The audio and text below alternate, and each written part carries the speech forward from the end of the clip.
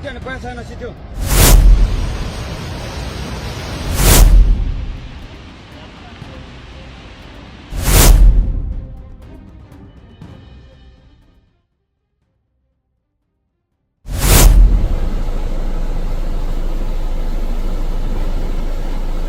नेपाल में तबाही के बाद अब बिहार में देखिए कि कई सारी चीजें बह करके आ गई हैं। भैंस, फ्रीज और भी कई सारी चीजें जो हैं वो नदियों के थ्रू बह करके आ रही हैं। उसके बारे में पूरी जानकारी हम आपको बताते हैं, लेकिन उससे पहले नमस्कार, इन्फॉर्मेशन देख रहे हैं यहाँ पर मैं हूं सानिया आपके साथ।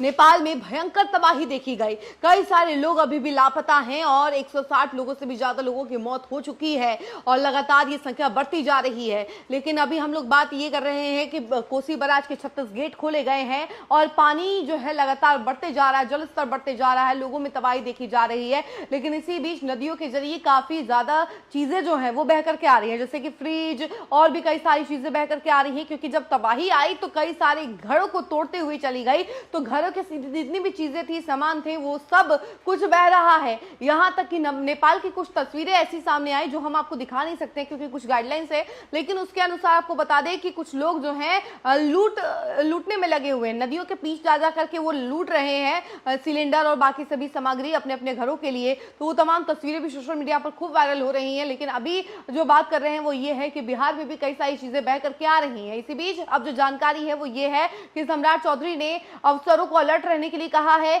और तमाम जगहों पर अब माइकिंग की जा रही है, लोगों को अलर्ट किया जा रहा है। चलिए इसके बारे में पूरी जानकारी हम आपको बताते हैं।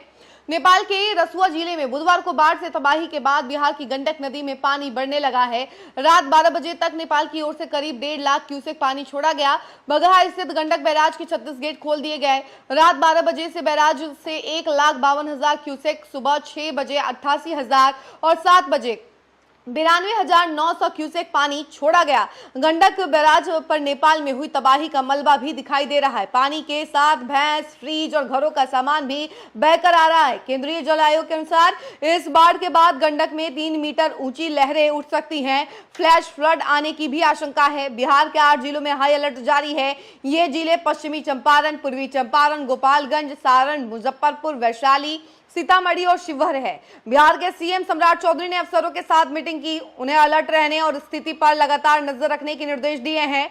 वहीं केंद्रीय गृह मंत्री अमित शाह ने मुख्यमंत्री को हर संभव सहायता का भरोसा दिया है। और वहीं आपको बता दें, नेपाल से आने वाले पानी के लिए गंडक बैराज में एक जगह बनाई जा रही है।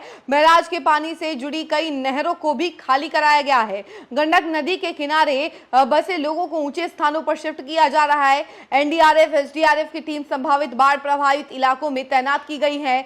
बाढ़ प्रभावित लोगों के लिए कम्युनिटी किचन की व्यवस्था की गई है। इसके साथ ही नेपाल की जो नदी से पानी आने की बात कही जा रही है, उसकी चौड़ाई करीब 22 मीटर है, जबकि गंडक नदी करीब 200 मीटर चौड़ी है। आगे चलकर पानी का दबाव गंडक और कोसी नदी की ओर बढ़ जाता है। वहीं गंडक में 3 से 4 लाख क्यूसेक पानी आने का अनुमान अभी बताया जा रहा है। देखिए, गंडक नदी में करीब 3 से 4 लाख क्यूसेक पानी आने का अनुमान है, कभी भी आ सकता है। पानी के तेज बहाव को देखते हुए नदी किनारे बसे गांवों में प्रशासन ने सतर्कता बढ़ा दी है।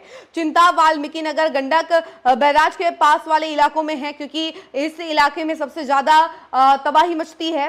देखिए, इसलिए 3 से 4 लाख क्यूसेक पानी आने पर फिलहाल बैराज पर खतरे की आशंका नहीं है। सबसे बड़ी चिंता नदी के तेज करंट को लेकर है। ऐसे में नदी में नाव चलाना और जान से बचने की सलाह दी गई है। और इसके अलावा आपको बता दें कि बॉर्डर पर एहतियात के तौर पर नाकेबंदी जारी है। बिहार के जो लोग नेपाल में फंसे हैं उन्हें भारत आने दिया जा रहा है। नेपाल के जो लोग बिहार में फंस गए हैं उन्हें नेपाल जाने की अनुमति दी जा रही है। अन्य लोगों की आवाजाही पर रोक जारी है।